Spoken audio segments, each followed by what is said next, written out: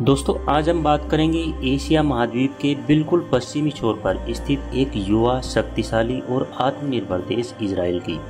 22,145 वर्ग किलोमीटर में फैला इजराइल दुनिया का 153वां और एशिया का 39वां सबसे बड़ा देश है। दोस्तों आकार में यह इतना छोटा है कि हमारे राजस्थान में लगभग 15 इजराइल समा जाएं। दोस्तों अंग्रेजों ने जिस तरह भारत को फूट डालो राज करो का षड्यंत्र करके भारत को दो भागों में बांट दिया, इसी तरह उसने फिलिस्तीन को भी दो भागों में बांट दिया, जिसके फलस्वरूप इजराइल नाम से एक नए यहूदी देश की स्थापना हुई और यरूशलेम इसकी राजधानी बनाई गई।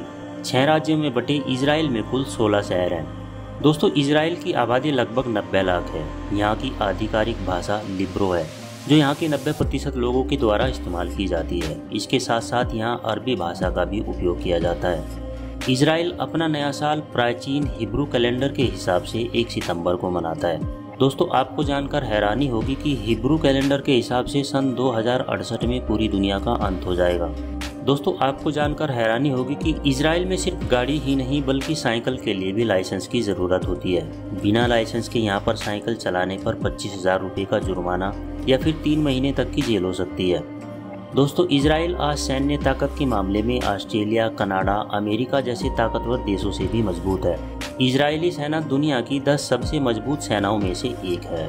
दोस्तों इजराइल दुनिया का एकमात्र ऐसा देश है जो दुनिया की किसी भी एरिया में जन्मे यहूदी बच्चे को अपना नागरिक मानता है। यानी कि दुनिया के किसी भी देश में रहने वाला यहूदी जब चाहे तब जाकर इजराइल में बस सकता है, क्योंकि इजराइल पहले से ही उसे अपना नागरिक मानता है। दोस्तों इजराइल की खुफिया एजेंसी मोसाद को दुनिया की सबसे मजबूत खुफिया एजेंसी माना जाता है, जिससे कोई भी उलझने की हिम्मत नहीं करता। मोसाद के बारे में एक बात प्रसिद्ध है, यदि आप मोसाद की नज़र में आ गए तो आप ब्रह्मांड के किसी भी कोने में क्यों ना छुपे हों, वो आपको ढूंढ निकालेंगे।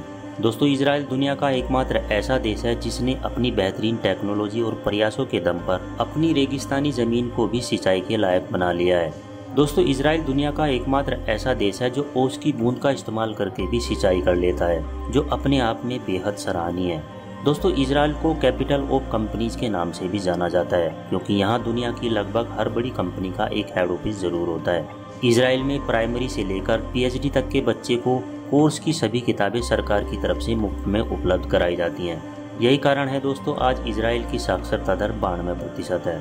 इजराइल में 17 साल से 24 साल तक की लड़कियों को कम से कम सेना में 2.5 साल तक सेवा देना जरूरी होता है। दोस्तों जहां दुनिया में ज़्यादातर देशों में महिलाओं को डॉक्टर, नर्स, क्लर्क और टेक्नीशियन की ही जॉब दी जाती है, वहीं इजराइल में महिलाओं को इन सब काम के साथ साथ बॉर्डर पर पुरुषों के साथ युद्ध करने का भी अधिकार दिया जाता है। यही कारण है कि इजराइल में अब तक युद्ध के दौरान लगभग 3,500 महिला योद्धाएं शहीद हो चुकी हैं, जो कि दुनिया के किसी भी देश के मुकाबले सबसे ज़्यादा है। दोस्तों आपको जानकर हैरानी होगी कि यहाँ पर महिला सैनिकों को ट्रेनिंग के दौरान कई दिन तक भूखा रखा जाता है, ताकि वह समय पड़ने पर कठिन से कठिन हालातों को झेल सकें। इसके साथ साथ उन्हें ट्रेनिंग के पहले दिन से ही सिखाया जाता है कि अब आपका शरीर आपका नहीं बल्कि देश का है।